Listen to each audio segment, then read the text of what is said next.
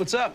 Oh, I'm just compiling all the top sports scores, news, and odds so I can make the very best bets. Me too. BetOnline.ag. Join today and receive your 50% welcome bonus at betonline.ag. It's another episode of the Cedric Maxwell podcast. I am Josue Pavone. Cedric Maxwell is a little noisy in here. Are we in the wrong place? Yeah, I mean, podcast. You know what? We're not in our usual studio, so to speak, but we are at the Legacy Club of Boston. We got the Bruins getting ready for the Stanley Cup final against the Blues. Max, did you watch Game 1 by any chance? Absolutely not. What? No, Oh, they don't pay me for that. They don't pay me for that, bro. I'm not involved in that kind of stuff. I wish them luck. I hope they win. But Joe, I'm looking at it this way: we have four analysts in four major sports in this city. Three of these guys are probably going to get championship rings. One of us isn't.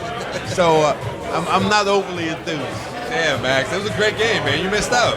I don't even watch hockey like that. I'll keep it 100. I don't.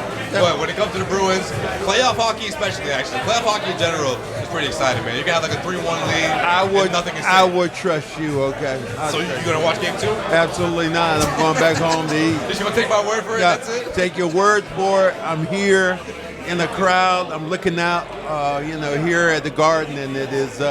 There's a little bit of pandemonium, so it's good stuff. What about back in the days? Do you ever used to run into former Bruins players or Bruins at the time when you were playing? We didn't run into any kind of players. We didn't even know where Foxborough was. We didn't even meet any Patriot players.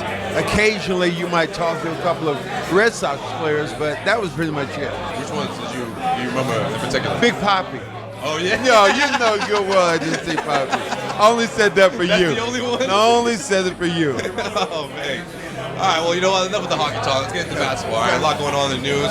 For starters, the biggest news story right now going on is about the Los Angeles Lakers and their franchise and how got Magic Johnson saying one thing when he went to ESPN a few weeks ago. Now we got the story from Baxter, ESPN.com, saying that things are very different, or things are left out, I should say, about how Magic was running things when he was with the Lakers. A lot of talk of sources coming forward saying that people weren't particularly happy with the way Magic was running things.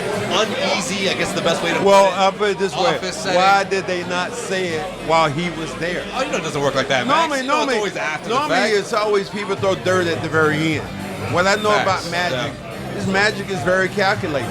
It's been about him. He's always done that. He went on the basketball tour one time, and I think I'm gonna just not really the figures, but just say it was a basketball tour after he got through playing. They were paying him $1 million for everybody for the tour. He took $900,000. Real cheap fish, y'all struggle right now. Get what you can. So I think he's always been very calculating as a businessman, and that's why he's been so successful as a businessman and a basketball player. But it has not translated that way as a basketball aficionado after leaving the game. All right, but what about personality-wise? We're saying, or at least to this report, they're saying that there was Magic, the one that we're used to seeing in front of cameras and on TV, and then there's Irvin, completely different guy, much more strict guy. Well, I think he had to be uneasy. I think he had to be. Because you're talking about a franchise that wanted to change gears.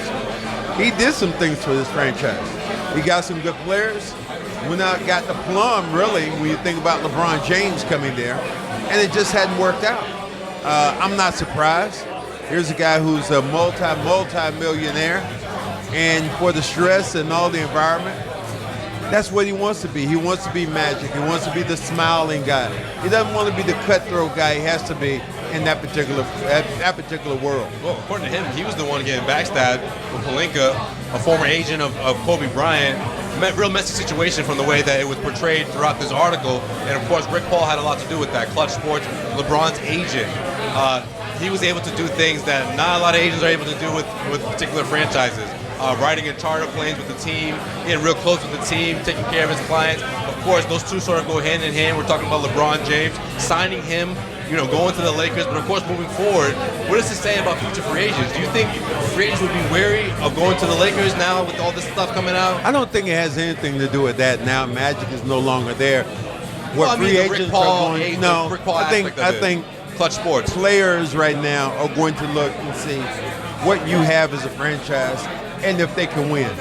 That's a situation now that's going to be messy. I don't care who comes there. People keep talking about maybe Kyrie Irving goes there. You're playing in the West right now.